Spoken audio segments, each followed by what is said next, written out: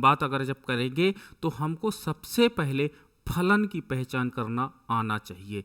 फलन क्या होता है सबसे पहले ये जानना होता। What is the function? तो फंक्शन क्या होता है? That represent the combination of two or more variables. इसमें फलन के अंतर्गत कम से कम दो वेरिएबल तो होंगे ही होंगे। दो वेरिएबल से ये ज्यादा हो सकते हैं, लेकिन कम से कम दो वेरिएबल होना अनिवार्य है। तो जब दो वेरिएबल के बीच में कोई कैजुअल रिलेशनशिप होता है, कारणात्मक संबंध होता है,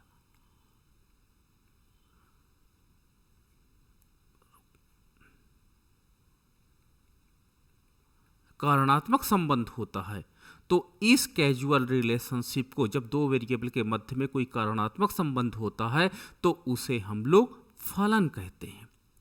अब एक फलन में कम से कम दो वेरिएबल पाए जाते हैं, जिसमें से एक वेरिएबल को हम लोग क्या कहते हैं? स्वतंत्र चर कहते हैं। स्वतंत्र चर के नाम से जानते हैं। और दूसरे वेरिएबल को हम लोग आश्रित चर के नाम से जानते हैं। दूसरा वेरिएबल जो होता है वो आश्रित चर के नाम से जाना जाता है।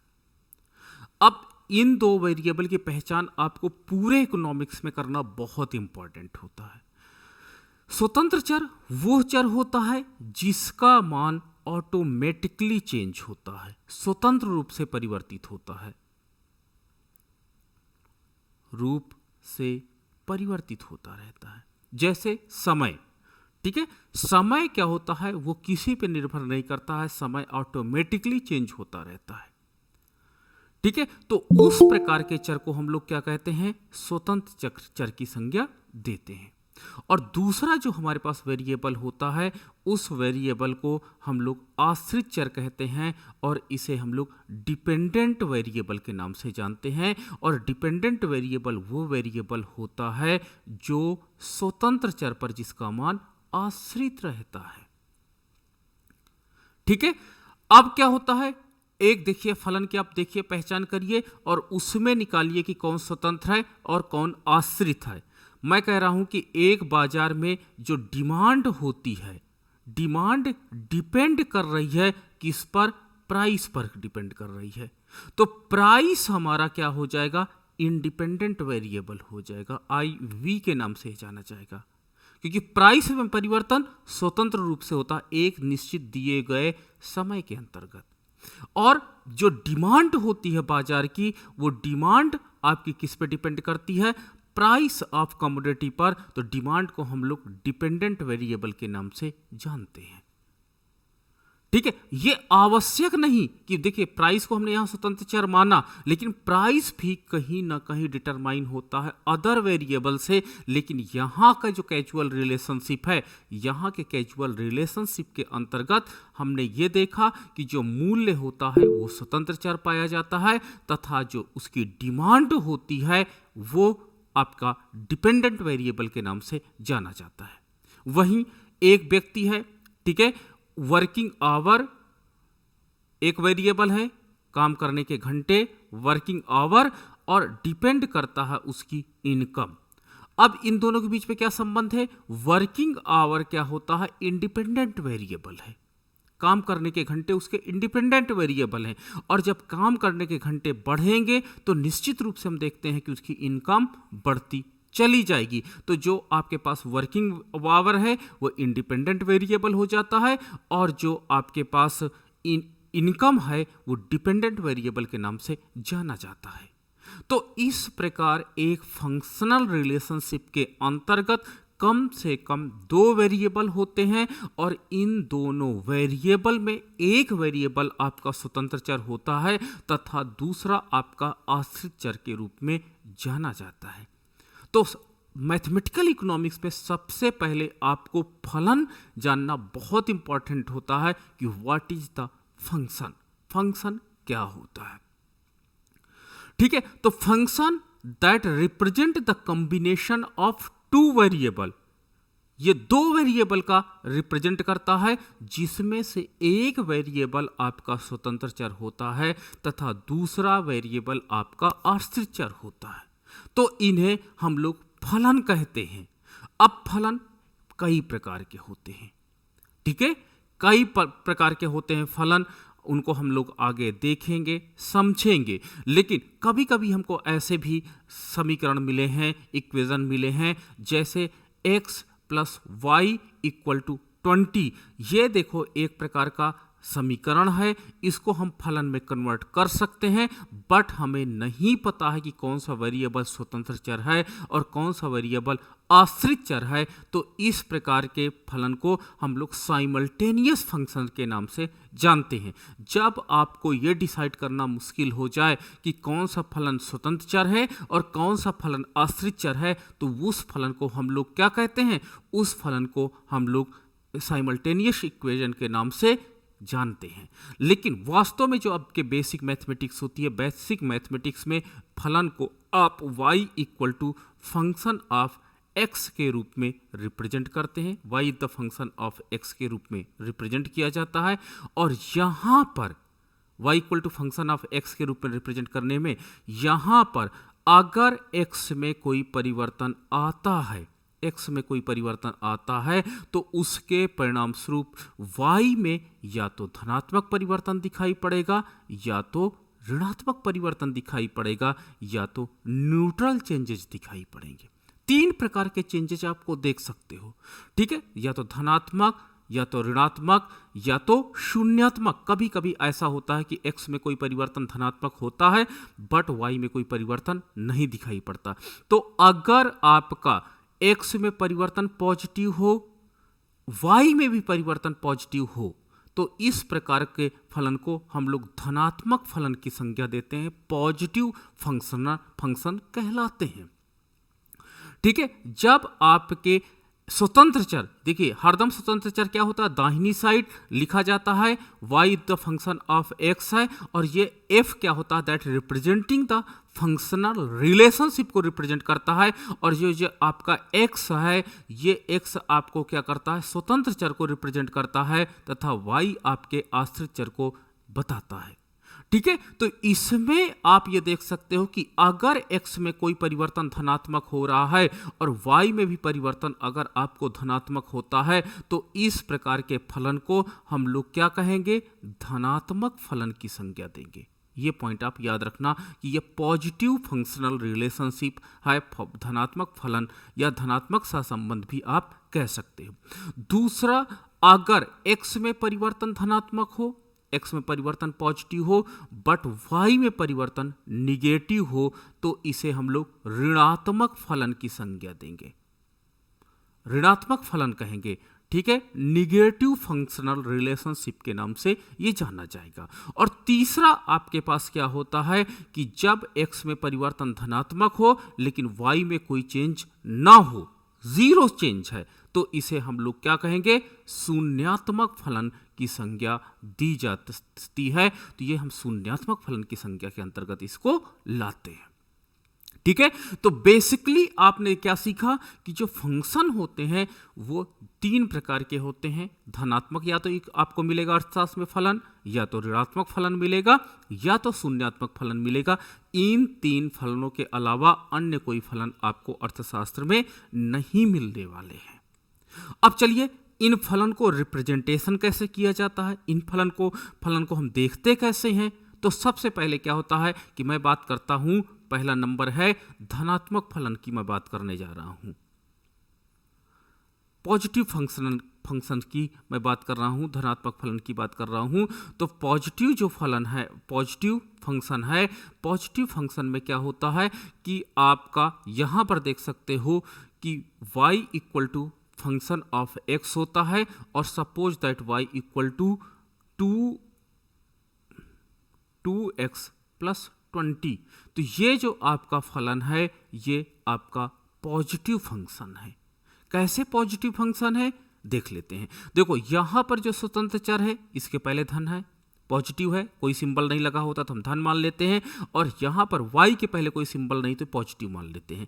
तो जब स्वतंत्र चर के पहले एक सिंबल है धनात्मक और आश्रित चर के पहले एक सिंबल है धनात्मक, तो इसे हम लोग पॉजिटिव फंक्शंस के रूप में जानते हैं। और ये आपका एक दिशा में परिवर्तन को दर्शाता है। अगर यहाँ पर स्वतंत्र चर के पूर्व माइनस होता, यहाँ पर भी स्वतंत्र चर के पूर्व माइनस होता, तो हम क्या कह देते, ये भी धनात्मक फलन है, क्योंकि दोनों फलनों के साथ एक ही प्रकार का साइन या सिंबल यूज किया गया है। तो धनात्मक फलन में याद रखना, हरदम एक ही प्रकार का जो x साइन रखेगा वही साइन y रखेगा। अगर x containing the positive symbol तो y containing the positive symbol. If x containing the negative symbol then y containing the negative symbol. तो ये आपकी पहचान है धनात्मक फलन की। धनात्मक फलन के अंतर्गत इस फलन को मैं अगर इसमें लिख सकता हूँ minus y equal to minus 2x plus 20, तो ये भी धनात्मक फलन का ही उदाहरण था, क्योंकि दोनों वेरिएबल आप देखिए यहाँ पर ऋणात्मक सिंबल को रखे हुए हैं। ठीक है, तो धनात्मक फलन वो फलन होते हैं जब आप अर्थशास्त्र में अध्ययन करोगे जिसके सिंबल समान हो, जिसके सिंबल इक्वल हो, तो उसे हम लोग क्या कहते हैं, धनात्मक फलन कहते हैं। अब इन फलन को कैलकुलेट कैसे करते हैं, तो याद रखना इन फलन को कैलकुलेट करने के लिए आप एक टेबल जनरेट कर लीजिए और इस टेबल में सबसे ऊपर रख दीजिए स्वतंत्र चर। मैंने ऊपर रखा स्वतंत्र चर जो यहाँ पर x है, और नीचे रखा आश्रित चर जो वहाँ पर y है, आश्रित चर जो यहाँ पर y है। अब देखो यहाँ पर मैं एक मान चेंज करता चला जाऊँगा, तो सबसे पहले आप एक काम करिए, x की वैल्यू 0 रखिए। याद रखना स्वतंत्र चर में परिवर्तन सबसे पहले होता है, तो मैंने यहाँ पर x की वैल्यू क्या रखी, 0। तो जब आप इस फलन में रखो, इस फलन में x इक्वल टू 0 रखो तो क्या हो जाएगा, जब 0 रखोगे तो 2x 0 हो जाएगा, तो y इक्वल टू 0 प्लस 20 हो जाएगा, तो y का मान 20 हो जाता है। ठीक है, तो ये x का मान यदि 0 है तो y का मान 20 हो जाता। मैंने 20 यहाँ रख लिया। अगर x का मान मैंने 2 रख दिया यहाँ पर, तो ये आपका दूसरा हो जाएगा। इफ x इक्वल टू 2 है तो x का मान अगर मैंने यहाँ 2 रख दिया तो y का मान कितना हो जाएगा, चलो यहाँ पे फलन में रखो, तो y equal to 2 into 2 plus 20, और ये आपका हो जाएगा 4 प्लस 20 दैट इज 24। तो y का मान कितना हो जाता है, 24 हो जाता है। तो मैंने यहाँ पर 24 रख दिया। तीसरा, अगर मैंने x का मान 4 रख दिया, तो x का मान जब मैंने 4 रख दिया तो अब क्या हो जाएगा, x का मान 4 रखने पर यहाँ पर वैल्यू पुट कर दो, तो y equal to 2 into 4 plus 20, तो क्या हो जाएगा, 4 दूनी 8 प्लस 20, तो यानी 28 हो जाएगा। तो y का मान कितना हो जाएगा, 28 हो जाएगा। आप 28 रख लो। इसी प्रकार से आप क्या करो, चौथी वैल्यू है, यहाँ पर मैंने 6 रख दिया है, तो 6 रखेंगे, तो अगर y इक्वल टू फलन में 6 रखेंगे तो 2 इंटू 6 प्लस 20, तो अब आपके पास हो जाएगा 12 प्लस 20 मतलब कि 32, तो यहाँ पर मैं 32 रख दूंगा। चलो इसी तरह आप यहाँ पे 8 रख सकते हो, तो 8 रखने के बाद क्या हो जाएगा, ये 36 हो जाएगा। आप 10 रखोगे तो ये आपका 42 हो जाएगा। यहाँ इस तरह करके ये बढ़ता चला जाएगा। आप ऐसा रिलेशनशिप यहाँ पर देखोगे। अब इसको हमको प्रॉब्लम आती है, प्लॉट कैसे करेंगे। ठीक है, फलन को, क्योंकि देखो माइक्रो इकोनॉमिक्स आपने देखा होगा, वहां पर फंक्शन को प्लॉट किया गया है, चाहे वो डिमांड फलन की बात हो, चाहे वो सप्लाई फंक्शन की बात हो, चाहे आप जो भी ग्राफ देखते हो, that is the plotation of the data. Data का प्लॉटेशन है वहां पर। ठीक है, पहले कोई ना कोई फंक्शन आया होगा, उस फंक्शन को डेटा का प्लॉट करते हैं तो वो ग्राफ में कन्वर्ट हो जाता है। तो माइक्रो इकोनॉमिक्स में आपको ग्राफ देखने को मिलता है। तो चलो और देख लेते हैं कि इसका प्लॉटेशन कैसे करते हैं। तो प्लॉटेशन करने के लिए हम सबसे पहले क्या करते हैं कि क्योंकि दोनों की वैल्यू पॉजिटिव है, x की वैल्यू भी पॉजिटिव है, y की वैल्यू पॉजिटिव है, तो जो आपके क्वार्टाइल होते हैं, आपने मैथमेटिकल इकोनॉमिक्स में 4 क्वार्टाइल देखा होगा। पहला क्वार्टाइल ये देखो आपका 4 क्वार्टाइल है। ठीक है, यहाँ पर x की पॉजिटिव वैल्यू वाला है क्वार्टाइल, ये आपकी y की पॉजिटिव वैल्यू वाला क्वार्टाइल है, ये x की निगेटिव वैल्यू वाला क्वार्टाइल है, ये आपकी y की निगेटिव वाला। अगर x की वैल्यू और y की वैल्यू दोनों पॉजिटिव है तो प्रथम चतुर्थांश में आ पाओगे, ये फर्स्ट क्वार्टाइल में आ पाओगे। अगर x की वैल्यू निगेटिव है तथा y की वैल्यू पॉजिटिव है तो हम द्वितीय क्वार्टांश में आएंगे, द्वितीय चतुर्थांश में आएंगे। अगर x की वैल्यू निगेटिव, y की वैल्यू निगेटिव है तो हम तृतीय आपका चतुर्थांश में काम करेंगे। अगर x की वैल्यू पॉजिटिव एंड y की वैल्यू निगेटिव है तो हम चतुर्थ क्या होता है क्वार्टांश में, आपका चतुर्थांश में काम करेंगे। तो ये आपको डिपेंड करता है कि ये ग्राफ के किस पोर्शन पे आपका ग्राफ प्लॉटेशन होता है। कभी कभी इन चारों जो आपके पास चतुर्थांश है, चतुर्थांश का प्रयोग करते हैं, लेकिन मैंने यहाँ पर देखा कि मेरे x का मान सारा पॉजिटिव है तथा y का मान पूरा का पूरा पॉजिटिव है, तो मुझे प्रथम चतुर्थांश की आवश्यकता है। इसलिए मैं इन तीनों चतुर्थांश को ड्रा करने की आवश्यकता नहीं समझता हूं, क्योंकि इस चतुर्थांश से मुझे कोई रिलेशनशिप नहीं है। लेकिन कभी कभी आगे देखना चल करके मैं कुछ ग्राफ्स ऐसे मैथमेटिकल इकोनॉमिक्स में बनाऊंगा जिसमें प्रथम और द्वितीय चतुर्थांश की जरूरत पड़ेगी, तो मैं प्रथम और द्वितीय चतुर्थांश को ड्रा करूंगा। कभी कभी मुझे प्रथम और चतुर्थ चतुर्थांश की जरूरत पड़ती तो इन दोनों को मैं ड्रा करता हूं। तो ऐसा आप चल करके आगे देखोगे। तो ये चारों जो क्वार्टाइल आपके बनते हैं, चतुर्थांश आपके बनते हैं, इन चतुर्थांश का प्रयोग हम लोग आगे करके करते हैं। लेकिन जब आप देखेंगे जिसकी जरूरत हो केवल उन चतुर्थांश को आप खींचिएगा, अन्य चतुर्थांश को आपको ड्रा करने की कोई आवश्यकता नहीं है, क्योंकि यहाँ पर मुझे x की वैल्यू पॉजिटिव है एंड y की वैल्यू पॉजिटिव है, तो प्रथम चतुर्थांश से मेरा काम हो जाएगा। इसलिए मैं अदर चतुर्थांश की आवश्यकता नहीं है, इसलिए प्लॉट नहीं कर रहा हूं। अब दूसरी बात, x देखिए, x में इंटरवल कितना है, 2-2 का इंटरवल है। तो मैंने x में क्या मेजरमेंट किया, यहां पर स्केल मेजरमेंट आप लिखिएगा x इक्वल टू 1 सेंटीमीटर बराबर 2 यूनिट। 2 यूनिट का परिवर्तन दिखाई पड़ता, तो मैंने 1 सेंटीमीटर बराबर 2 यूनिट मेजरमेंट कर लिया हूं। तो जो आपका हो जाएगा 2, 4, 6, आपका 8, 10, 12, आपका 14। देखो इतनी आवश्यकता भी नहीं है, मैंने 10 तक ही ड्रा किया, तो 10 तक मुझे ज़रूरत पड़ेगी। तो ये मैंने x अक्ष पर 1 सेंटीमीटर बराबर 2 यूनिट को प्लॉट कर लिया। कितने स्टेप में, 1, 2, 3, 4, 5 स्टेप मुझे आवश्यकता है। तो 5 स्टेप में मैं x में सारी अपनी यूनिट पर कवर कर दूंगा। इसी प्रकार अब आपको ये सोचना होगा कि हम यहाँ पर कितना ड्रा करें ताकि हम लोग क्या करें, 5 स्टेप में पहुंच जाएं। तो देखो 4-4 का इंटरवल है और 20 से स्टार्ट है, ठीक है। तो 20 से स्टार्ट है, तो इसको हम कैसे करेंगे, y इक्वल टू 1 सेंटीमीटर बराबर 4 यूनिट मैंने लिख लिया। अब 4 यूनिट में याद रखना y एक्सिस में 20 से स्टार्ट है, तो यहां पर ऐसा एक सिंबल बना देंगे। ये देखो एम टाइप का एक सिंबल बना दिया, इसका मतलब होता सिंक है, मतलब 20 के नीचे वाली फाइल सिंक है।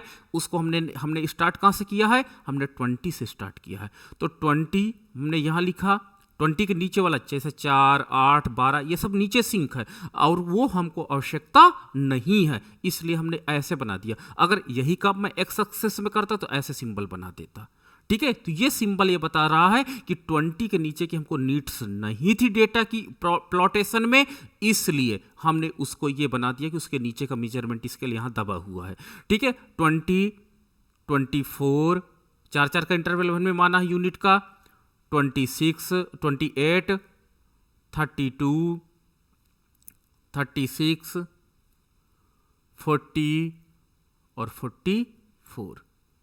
ये हमने स्केल मान लिया। ये स्केल याद रखना, जितने स्टेप में आप इधर x अक्ष में कवर कर रहे हो लगभग उतने स्टेप में आप y अक्ष में कवर करना, तभी आपका ग्राफ सुडोल बनेगा, एक प्रॉपर वे में बनेगा। नहीं ग्राफ तो बन जाएगा पर बहुत अजीब लगेगा, आप बिलीव नहीं करोगे कि अरे ये ग्राफ मैंने बनाया और ये रिलेशनशिप के लिए।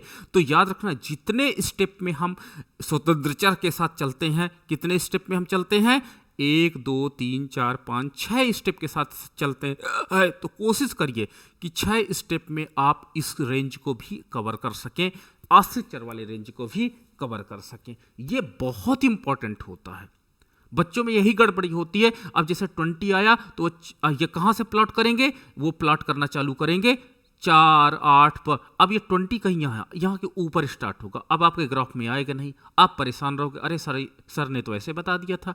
तो ये पॉइंट हमने सिंक कर दिया, ये सारी आपको स्मार्टनेस आनी चाहिए। चलो, जब x का मान 0 है तो y का मान कितना है, 20 है। जब x का मान आपका 0 है, x देखो यहां पर 0 है, तो y का मान कितना है, y का मान आपका 0 है, हम यहां पर है।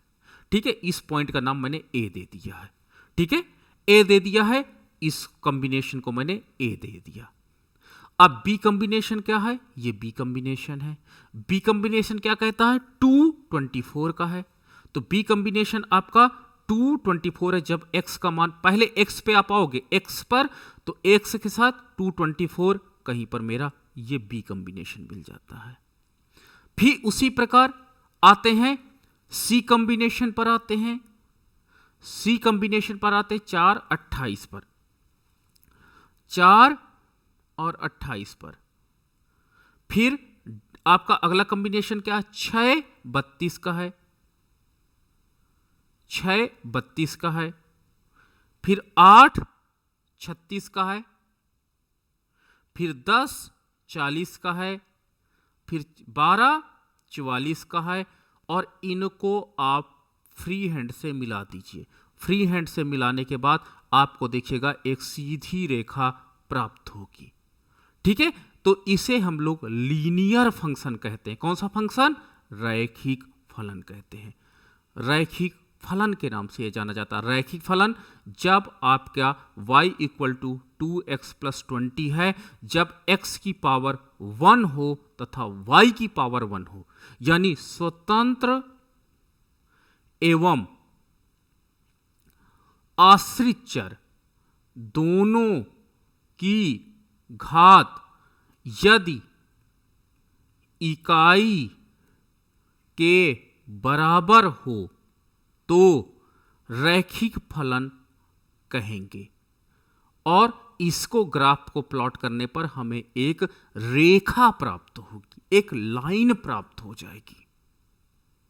ठीक है, तो ये देखिए x का मान हमारा बढ़ रहा है, x का मान जैसे जैसे बढ़ता जा रहा है, y का मान भी बढ़ता चला जा रहा है।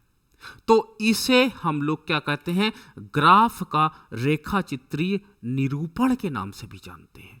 ग्राफ को हम रेखा चित्र के माध्यम से प्रस्तुत करते हैं और इसमें जो आपका ग्राफ बनता है ये धनात्मक ढाल का ग्राफ होता है। और इस तरह का ग्राफ आप अधिकतर सप्लाई फंक्शन के अंतर्गत देखे होंगे, पूर्ति फलन के अंतर्गत आपने देखा होगा, सप्लाई फंक्शन के अंतर्गत देखे होंगे। ठीक है, सप्लाई फंक्शन में यही विशेषता होती है कि जब एक चर का मान बढ़ता है तो दूसरे चर का मान भी बढ़ता हुआ प्राप्त होता है।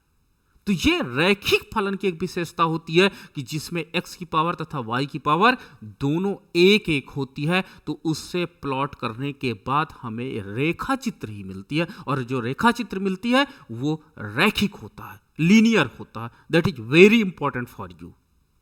ओके, चलो, एक मैं तो ये पॉजिटिव वाले रिलेशनशिप की बात किया, जब x का मान बढ़ रहा था और y का मान बढ़ रहा था, तो ये धनात्मक ढाल का मुझे एक रेखा प्राप्त हो गई।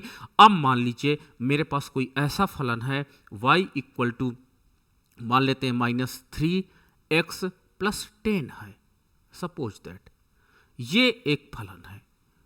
अब देखो इस फलन में स्वतंत्र चर जो आप कहा, पहली पॉइंट याद रखना कि स्वतंत्र चर जो है वो कौन सा सिंबल रखा है, ऋणात्मक सिंबल रखा, -3 है। और आश्रित चर जो आपका है y, आश्रित चर जो आपका y है वो कौन सा सिंबल रखा, पॉजिटिव। तो देखो दोनों के सिंबल अलग अलग है, तो इसका मतलब होता है कि ये जो फलन होगा ये ऋणात्मक फलन होगा, ये आपका निगेटिव फंक्शन होगा। और निगेटिव फंक्शन में का मतलब होता है कि अगर x का मान आप बढ़ाओगे, x का मान अगर आप बढ़ाओगे तो निश्चित रूप से y का मान कम होता चला जाएगा। ठीक है, x का मान बढ़ाने पर y का मान हमें कम प्राप्त होगा। तो ये जो फलन आपका होता है इसे हम लोग ऋणात्मक फलन की संज्ञा देते हैं। ठीक है। तो ऋणात्मक फलन की संज्ञा इस प्रकार से होती है। चलिए इसको मैं प्लॉट करके आपको दिखाता हूं कि इसका प्लॉटेशन कैसे होगा। तो इसका प्लॉटेशन आपको देखने के लिए x का मान आप देख सकते हो कि x का मान अगर हम बढ़ाते हैं तो y पर क्या इम्पैक्ट पड़ेगा। x का मान अगर 0, स्वतंत्र चर में परिवर्तन पहले होता है, तो जब x का मान 0 है, x इक्वल टू 0, तो y का मान कितना हो जाएगा, y का मान 10 होगा। इसमें आप रखो तो 3x में जब 0 रखोगे तो ये सब 0 हो जाएगा, तो केवल क्या बचेगा, 10 बचेगा। ठीक है, तो y बराबर 10, तो y का मान कितना आ गया, आश्रित चर का 10 हो गया। दूसरा, जब x का मान आपका कितना हो जाता है, 2 हो जाता है, जब हमने x का मान 2 कर दिया, ठीक है, x का मान हमने 2 कर दिया, तो y का मान कितना हो जाता है, तो 2। अब देखो यहां पे रखो y equal to -3 into 2 plus 10, तो 6, तो -6 प्लस 10 कितना हो जाएगा, 4 हो जाएगा। ठीक है, तो 4 हो जाएगा, तो आप देख सकते हो कि y का मान 4 हो जाता है यहाँ पर, तो y का मान मैंने 4 रख दिया। देखो x का मान 0 से बढ़ करके 2 हो गया, y का मान 10 से घट करके 4 हो गया, तो मतलब x का मान बढ़ रहा है और y का मान घट रहा है, निगेटिव रिलेशनशिप स्टेब्लिश हो रहा है। तीसरा, जब x का मान मैंने 4 कर दिया, तो x बराबर 4 कर दिया, तो y का मान क्या हो जाएगा, 4 चाहे 12, तो आपका हो जाएगा y इक्वल टू -2, तो आपका यहाँ पे -2 हो जाएगा। जब चौथा मैंने पॉइंट रखा कि जब मैंने x का मान रखा कितना, 6, तो आपका 6 दूनी 36 18 और आपका बचेगा -8, तो x बराबर 6 पर आपका y बराबर 8 हो जाता है, तो -8 हो जाएगा, तो -8 हो जाएगा। तो देखो ये आपको ध्यान से यहाँ पर एक चीज देखना कि 2 क्वार्टाइल की कहानी इसमें है। यहां तक आप देख सकते हो, कहां पर आप यहां तक तो आप कहोगे x का मान बढ़ रहा है, y का मान घट रहा है, बट x तथा y दोनों सिंबल पॉजिटिव हैं। तो जब दोनों सिंबल पॉजिटिव हैं तो हमारे पास फर्स्ट क्वार्टाइल जो आपका x होता है, ये आपका प्लस y होता है, ये एक माइनस x होता है, ये प्लस y होता है। इस क्वार्टाइल का सिंबल प्लस प्लस होता है, तो हमको यहां से यहां तक में प्लस प्लस में काम चलेगा। बट यहां पर आप देखिएगा कि ये क्वार्टाइल आपका काम करेगा, कौन सा क्वार्टाइल काम करेगा, जब x का सिंबल क्या हो, सॉरी ये y का सिंबल है, माइनस है यहाँ पे, तो जब आपके पास यहाँ पर x का सिंबल तो प्लस है लेकिन y का सिंबल माइनस है, तो यहाँ पर x का प्लस है, y का माइनस है। चतुर्थ क्वार्टाइल और प्रथम क्वार्टाइल, ये फर्स्ट क्वार्टाइल है, ये चतुर्थ क्वार्टाइल है, हम ऐसे चलते हैं, ऐसे आते हैं। ठीक है, फर्स्ट है ये आपका -x और प्लस y है, ये सेकेंड क्वार्टाइल आपका है, ये आपका minus and minus third quartile है, और ये आपका फोर्थ। तो यहाँ पर इसमें ये रेंज मांग रहा है कि मुझे चतुर्थ क्वार्टाइल में इसको प्लॉट करना पड़ेगा, क्योंकि x जो है वो पॉजिटिव वैल्यू रखा है तथा y निगेटिव वैल्यू कंटेन किया है, तो y की निगेटिव वैल्यू को आप यहीं पर रिप्रेजेंट कर सकते हो। तो यहां पर मुझे 2 क्वार्टाइल की आवश्यकता है, तो ये प्लॉटेशन में मुझे बहुत ध्यान से रखना पड़ेगा कि मुझे फर्स्ट क्वार्टाइल के साथ चतुर्थ क्वार्टाइल का भी ग्राफ में मेंशन करना है। इसलिए मुझे ऐसा काम करना होगा कि मुझे चतुर्थ क्वार्टाइल का रेंज भी प्राप्त हो जाए। तो चलो अब हम लोग क्या करते हैं,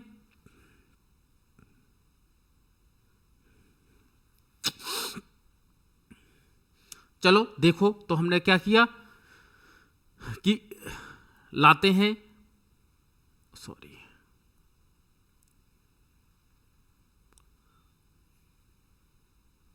ये आपका फर्स्ट क्वार्टाइल है और ये नीचे वाला पोर्शन कौन सा क्वार्टाइल है, चतुर्थ क्वार्टाइल है।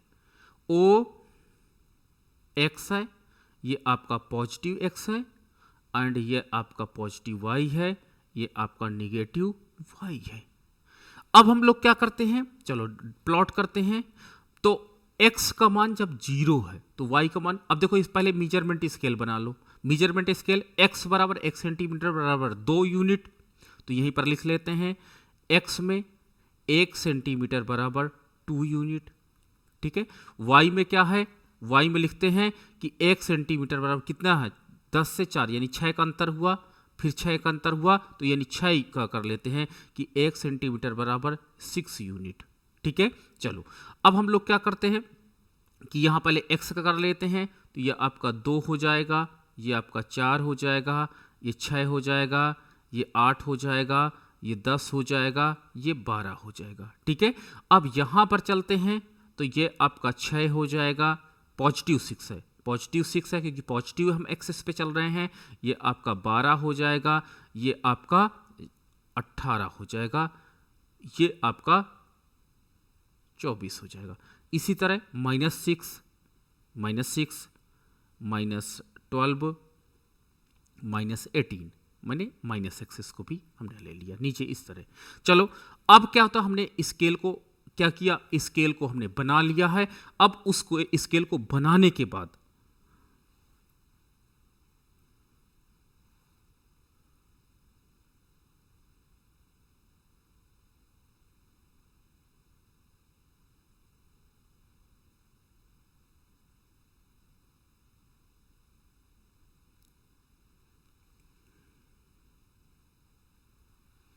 चलो पहले देखते हैं 0 से 10, 0 है तो 10, तो जब x का मान 0 है तो y का मान 10, तो मैं इसको कलर चेंज करता हूँ, ये डार्क ब्लू है, तो ये आपका कहीं यहाँ पर आ जाता है, तो इसको मैं A पॉइंट रख देता हूँ। ठीक है, ये आपका A कम्बिनेशन हो जाएगा। फिर ये आपका B कम्बिनेशन है, 2 x का मान 2 है तो y का मान 4 है, तो x का मान 2 है तो y का मान 4 है, तो y का मान 4 कहीं यहाँ पर आ जाएगा, ये आपका B पॉइंट है। फिर इसी प्रकार जब x का मान 4 है तो y का मान 2 है, -2 है, तो 4 -2, तो ये 4 हो गया। ठीक है, ये देखो 4 है और -2, तो ये आपका कहीं पर यहीं पर आ जाएगा, ये आपका C पॉइंट है। इसी प्रकार आपका ये C है और ये D है, 6 और 8 है, तो चलो 6 और 8 को हम लोग कर लेते हैं। तो ये जब आपका 6 है तो 8 कहीं पर यहाँ पर आएगा लगभग ये आसपास, तो ये आपका D हो जाता है। इन को मिला दीजिए, ये भी एक लीनियर है। लीनियर क्यों है देखो ध्यान से, आप उठाओ y इक्वल टू -3 + 10, तो देखो इसमें भी स्वतंत्र चर और आश्रित चर के ऊपर किसका पावर है, केवल एक का पावर है, यानी x and y variable containing the power of 1 unit, एक का ही पावर है। ठीक है, तो जब एक पावर है तो ये लीनियर फंक्शन है, बट ये एक निगेटिव लीनियर फंक्शन है। निगेटिव लीनियर फंक्शन का मतलब होता ये है कि अगर x का मान इसमें बढ़ाओगे तो y का मान कम होते हुए आपको प्राप्त होता चला जाएगा, इसीलिए इसे हम लोग निगेटिव फंक्शन के नाम से जानते हैं। निगेटिव फंक्शन का मतलब यह होता है कि x का मान बढ़ाते हैं या x का मान कम करेंगे तो y का मान वाइस वर्सा भी होगा, कि अगर निगेटिव रिलेशनशिप में हम अगर x का मान हम कम करेंगे तो y का मान बढ़ता चला जाएगा, ये भी निगेटिव रिलेशनशिप की बात होती है। तो ये पॉइंट आपका इंपॉर्टेंट एंड नोटेबल हो जाता है कि जो निगेटिव कोरिलेशन वाले जो पोर्शंस होते हैं इसमें जैसे जैसे हम x का मान बढ़ाते जाते हैं वैसे वैसे y का मान घटता है, और जब जैसे जैसे हम x का मान कम करते जाते हैं y का मान बढ़ता चला जाता है। तो ये देखो इसमें सिंबल के आधार पर हम लोग निगेटिव रिलेशनशिप वाला इसे बोलते हैं, ऋणात्मक फलन के नाम से ये जाना जाता है। तो ये निगेटिव रिलेशनशिप वाला फलन आपको हो गया। तो हमने आज आपके साथ डिस्कस किया कि what is function and what is the types of function, और उसका प्लॉटेशन क्या होता है उस पर हमने चर्चा की। अब आप अपने प्रश्न पूछिए, कोई प्रश्न इसमें प्रॉब्लम आ रहा तो।